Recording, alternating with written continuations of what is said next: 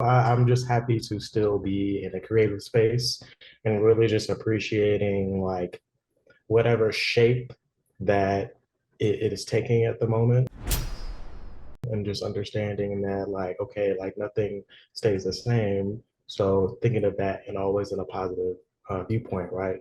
Right. Um, just for one example, like I had been pretty consistent with like iTunes and charting and this, that, and the third, which is again another blessing. But streaming was always kind of like out of my scope. And then last year, it was just boom, like here are all the streams, here are all the playlisting and things like that. So definitely with that, I'm just kind of like, all right, cool. Like I see, I see what you're doing, universe, God, whatever you believe in. Hey, like let me just trust the process and really just like focus on that creative space. Right. So yeah. I love that. No, I love it.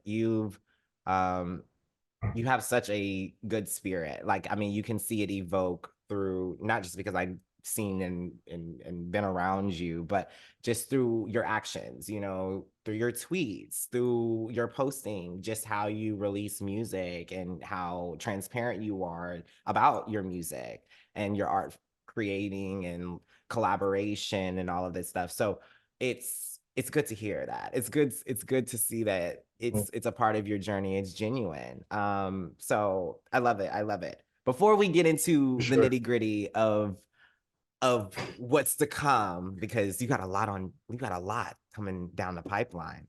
But let's give our viewers and our listeners just a little bit of background about where you're from, who is Lendryx, how did you get started into creating music? How did that come into play? Okay, well, ooh, it's the journey.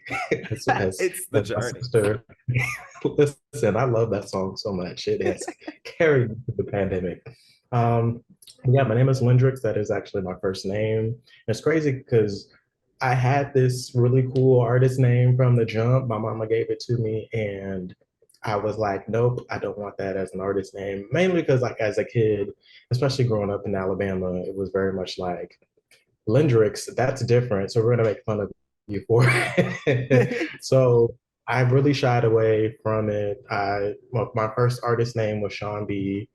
And then in 2014, um, I was in the Air Force at the time, and I was in Guam, and I just had this awakening. It's like, oh, you should be Drix, like, and so I was Drix from 2014 on to then, and and again, I kind of had the same kind of like clicking in my brain. I think 2022, where it's just like, sir, use your whole name, like, like you use your whole name. It's dope, and I think again, like growing up and then moving outside of Alabama, I've really like most of everyone that I meet is like, oh wow, that's a cool name. Like Right. I was able to kind of like gain confidence in it again. So, but yeah, I started off in a hip hop group. I kind of like forced my way into it.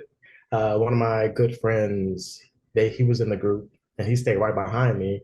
So I was like, I want to sing. I want to participate. So I was like their hook guy for the longest time. And then I was like, I'm part of this group now. Like the hottest songs that, people are clamoring about, it's the ones I'm singing on. So yeah, I'm part of it now. So I was in that, and I actually did the same thing. And two of my best friends were in a Christian rock group. I was like, I want to sing. I want to be a part of this. So I got up on that keyboard. I started playing chords, and I was singing. So it's so funny because you know that one clip of Kelly saying that she's the second lead vocalist of the group. Yes.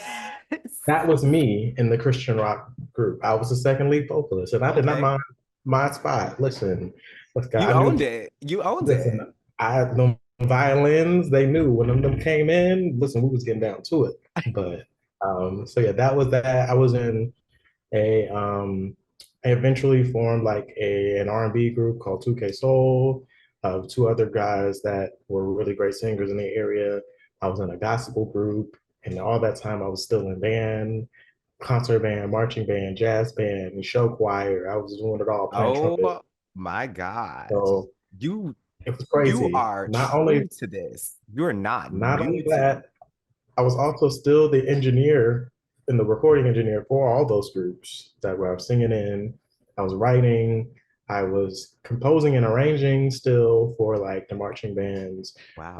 um, which is really crazy. I think I'm in school now and I'm doing a lot of work um, with arranging and orchestration and stuff like that.